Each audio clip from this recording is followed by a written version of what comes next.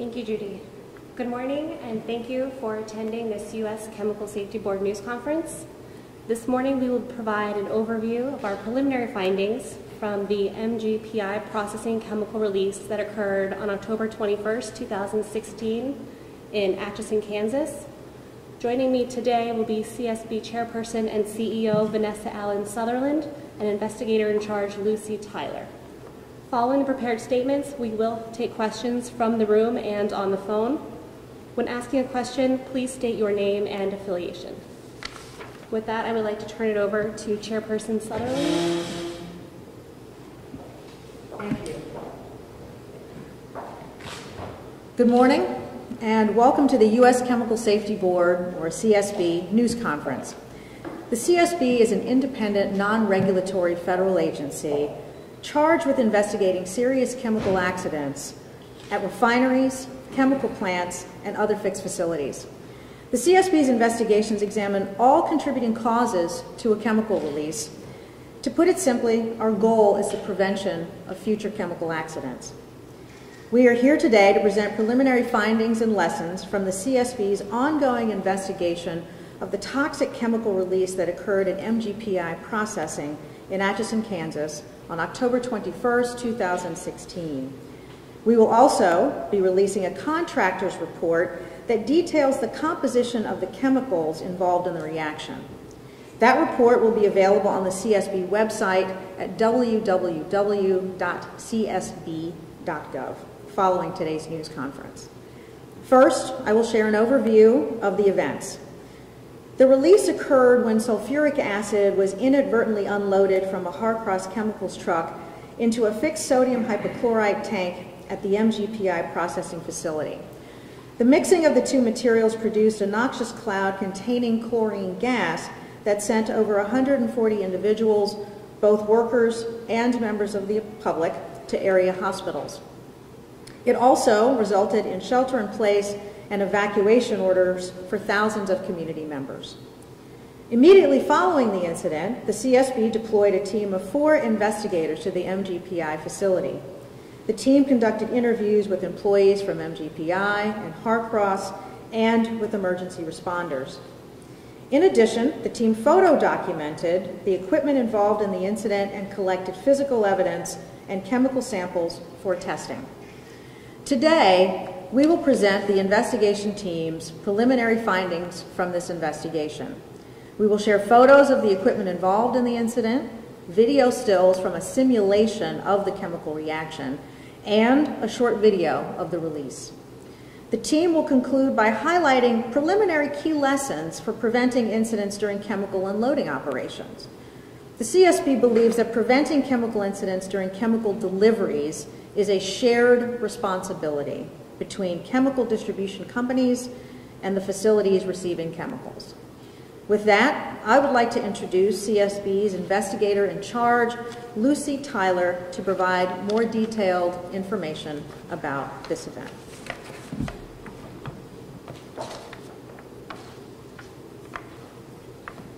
Thank you, Chairperson Sutherland. The MGPI processing facility in Atchison, Kansas produces distilled spirits, wheat proteins, and starches. The October 2016 incident occurred at the MGPI processing specialty starch operations portion of the plant.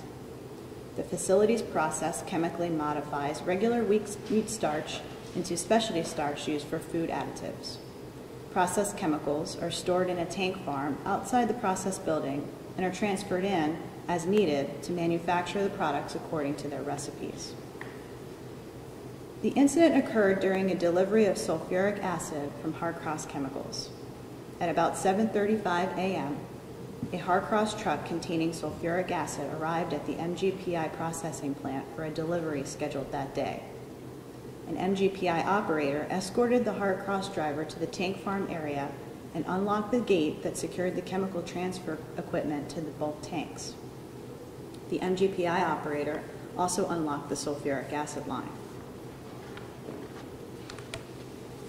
The CSB found that the MGPI operator likely did not notice that the sodium hypochlorite cam lever coupling, or cap, on the fill line was also already unlocked before returning to the operations building, which allowed the Harcross delivery driver to make the wrong connection.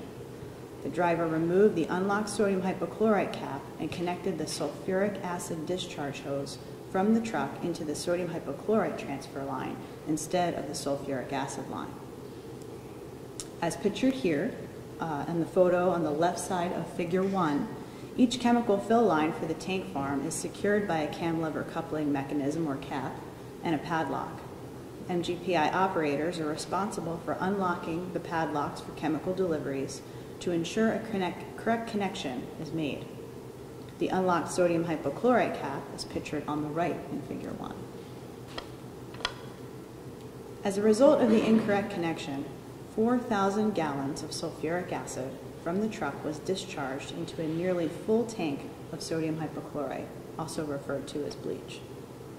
The mixture of the two chemicals resulted in a reaction that promoted the release of chlorine gas. A dense greenish cloud traveled northeast in Atchison, and as the wind shifted, the plume started traveling to the northwest toward a more populated area of town. Here's a video of the plume generated by the chemical reaction, courtesy of area resident Corey Dunn, who recorded the incident with a drone. Based on a map of the plume generated by the National Weather Service during the incident, the plume stretched nearly 6 miles. According to the fire department, the plume was last observed on the outskirts of the city around 10:30 a.m. The wind speed increased, and at that point, it assisted the cloud in rapidly dissipating, and an all clear was given at 10:50 a.m., about 3 hours after the incident began.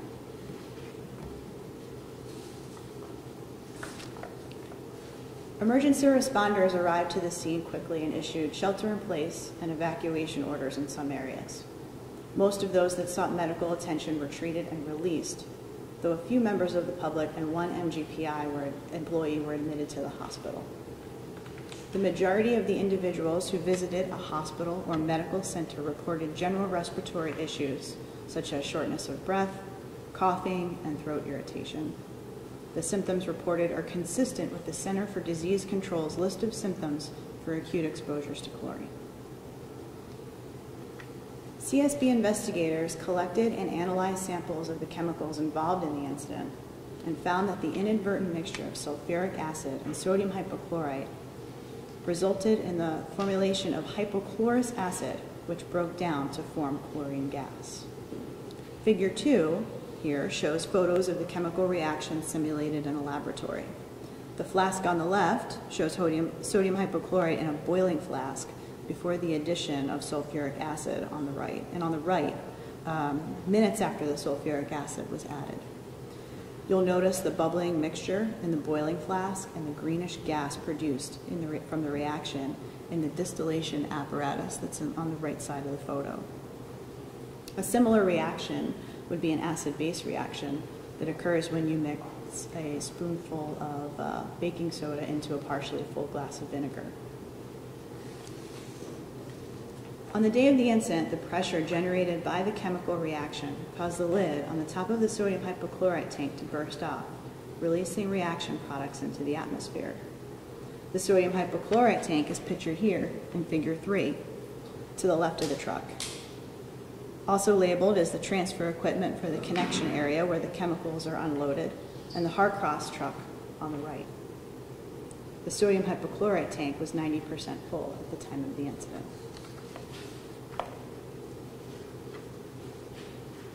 In its investigation, the CSB has identified a number of deficiencies related to the design and operation of transfer equipment used during chemical deliveries at MGPI. The investigation team has reviewed similar incidents at other facilities that involved inadvertent mixing of chemicals, and some of those incidents resulted in more serious consequences, such as worker fatalities. The CSB found that there are actions facilities and motor carriers can immediately take to prevent similar types of incidents from happening in the future, and the investigation team has identified 6 preliminary key findings. First, facilities should ensure labeling of transfer equipment is clear and accurately represents the material contained within that equipment. In addition, labels should be affixed as close to the fill line connection points as possible, and this is particularly important when there are multiple fill lines for different chemicals in one area. And as pictured over here in Figure 4, the label for the sulfuric acid line was found detached from its piping after the incident, and the piping was mislabeled hydrochloric acid from a prior service. CSB investigators also observed after the incident that the sodium hypochlorite fill line was loosely attached to the piping and the text was upside down. In addition, the labels designating sulfuric acid and sodium hypochlorite were not placed near their connection points, which increased the likelihood of connecting to the incorrect line.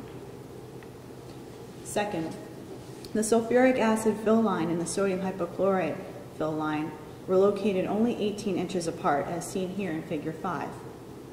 The short distance between the fill lines for these two incompatible materials increased the likelihood for an incorrect connection. Neither MGPI nor Harcross followed internal chemical unloading procedures at the time of the incident. Following these procedures may have prevented the incorrect connection and allowed for an earlier mitigation of the release once the chemical reaction began. MGPI had no way to stop the truck from continuing to empty its contents into the incorrect tank because the facility did not have an emergency shutdown mechanism that could be actuated from a remote location. Facilities that receive bulk chemicals should consider the use of automated valves at control stations that can be remotely closed from control rooms. On the day of the incident, chlorine gas quickly filled the control room and operators were unable to safely mitigate the release by manually closing the sodium hypochlorite valve located outside of the fill line. And lastly, emergency shutoff valves in trucks should be activated when necessary. Drivers should be fully trained on the appropriate use of such emergency equipment. Mitigation of any incident is integral in reducing the severity of impact, while improving the design and operation of transfer equipment can ensure chemicals are unloaded safely and without incident. I will now turn the news conference back over to Chairperson Sutherland. Thank you, Investigator Tyler. It is important that both facilities receiving chemicals and the motor carriers that deliver them work together to create site-specific procedures and provide initial and refresher training for loading and unloading operations. This training ensures that lines of responsibilities are clear between the parties and that proper connections are communicated and then verified prior to starting the flow of chemicals. The CSB's role is to bring attention to these very important safety improvements that will prevent a future accidental chemical mixture or release. This incident could have been prevented. The CSB will continue to more deeply examine the factors that contributed to the MGPI incident, such as human factors, and will further develop its investigative findings, lessons learned, and potential safety recommendations, which will be featured in a case study in the fall of 2017. Thank you very much for your time and attention. We will now be available to take questions. Please state your name and affiliation prior to asking a question. Michael Howley from KMBC TV. Is anybody going to be held responsible? Are there any fines that are going to be levied? Are there any sanctions going to be imposed? The CSB is a unique agency in the sense that we don't issue fines or penalties, assess blame, or look at regulatory noncompliance. We investigate all contributing root causes. We do know and are aware that OSHA and EPA, who do have regulatory authority, are investigating the incident as well. So it's unclear from our perspective whether that will result in fines or penalties. Oh, I will repeat the question so that everyone could hear the question on the phone. And the question was whether there will be fines or penalties assessed from the incident. JW Spots for News. Does your organization, will you oversee the improvements at this plant so this won't happen in the future, or are those improvements mandatory? I will let Investigator Tyler talk about some of the steps that MGP has proactively taken since this incident, but our agency does not oversee the implementation of remedial work. We do, if recommendations are made in our final product, we would manage and oversee the implementation of those recommendations, but other fines, penalties, regulatory compliance would be left to other agencies. But Investigator Tyler. Sure, I can answer that.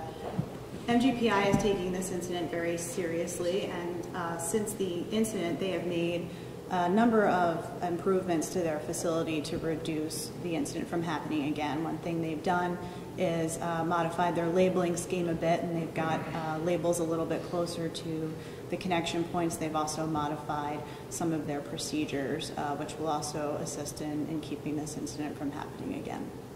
Do we know about the shut-off valves? Has any of that improvement been made? I think some of those improvements are still under consideration, and as we continue to work on our investigation, if we come up with something that we think that they or industry will benefit from, we will consider that in one of our key findings, lessons learned, or a recommendation as a result of our case study. And any of these improvements, they're not mandatory. They're just doing that because they want to do that.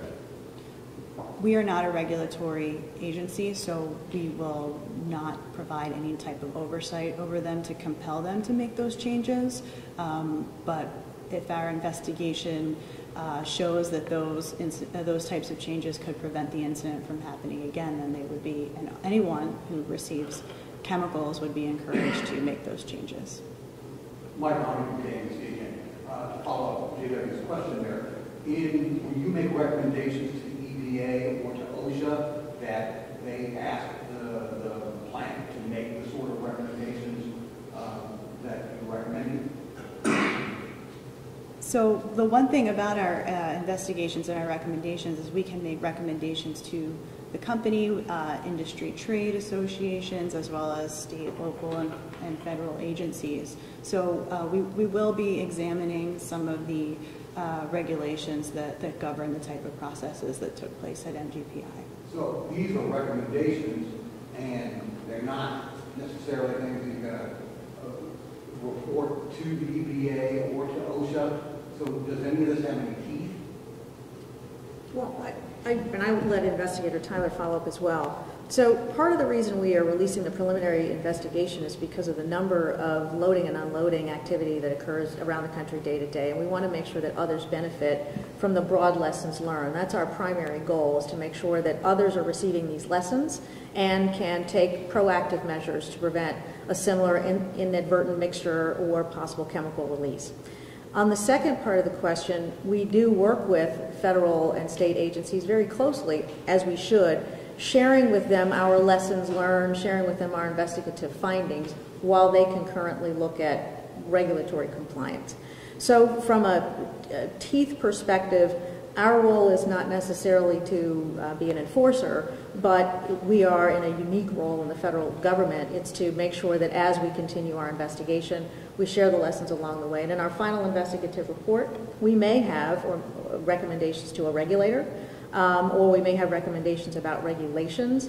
But currently, these are preliminary findings, so in the fall we would have a more formalized recommendation section resulting from our findings. Can you characterize, you mentioned it, my words, not yours, that you hope this report provides lessons learned for the industry. How concerned are you that other transportation and delivery points like this have the sort of issues that you discovered?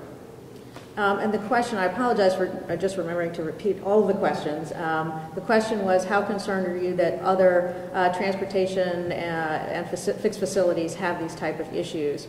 And we will tag team that. We do see in our incident screening these type of incidents occur often, and have in the past investigated similar incidents. Yeah, and just to add to that, facilities like MGPI receive different chemicals every day via highway. So this is an area of growing concern to the agency, just because we have noticed through our incident screening and selection process that captures a lot of chemical incidents as they occur, that there are a number of inadvertent mixing type incidents that result in some type of chemical reaction. of varying levels of severity. So we're taking a look at some prior incidents that have occurred this year. In fact, there was one that occurred involving similar chemicals just earlier this week in Arizona. So as we look at these incidents, as well as take a look at some of the similar incidents that we've investigated in the history of the CSB, we'll look for common themes and how we can communicate to not only the facility receiving the chemicals, but also the motor carriers delivering them, how they can make the chemical unloading process safer. Just to be clear for a second, because you have a very nice voice, but it's soft, and this room is not that great. I believe what you're telling us is that the transfer procedure here was faulty because things were not secured. So the answer is, so you're asking about how things were secured and whether or not And if that was it was definitely one of the areas. So we looked at how we're looking at these cam lever couplings, and we understood a little bit from interviewing employees and understanding what their process is for locking them before and after deliveries. But in addition to that, we're also looking at other areas such as the things that I listed: procedures, labeling, training, and design. So it's a combination. And proximity. That's also a unique one to this case, just because they had the two incompatible materials were located only 18 inches apart, and there's other chemicals, as you can see there, that are also delivered in that area. So thinking broadly, is there a way this can be redesigned to separate these chemicals that may reduce the risk of an incident like that from happening again? So we'll continue to examine some of those design options as we work on the investigation. Before taking questions in the room, I'd also like to ask if there are questions on the phone.